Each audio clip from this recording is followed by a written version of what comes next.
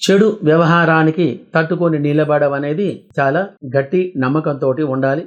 మరియు శాంతియుతమైనటువంటి సంభాషణ, పరిసరాల పరిచయాలు ఇవన్నీ కూడా అవసరం ఉంటాయి.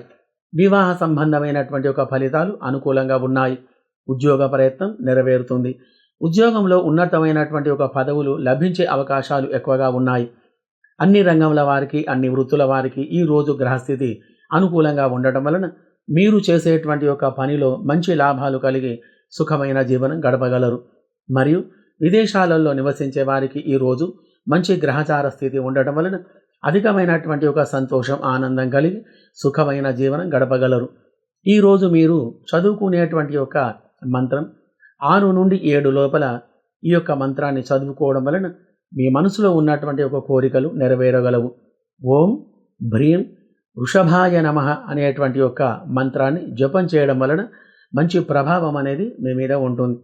కాబట్టి మంచి స్థిరత్వం గురించి శుక్రగ్రహ జపం అవసరం.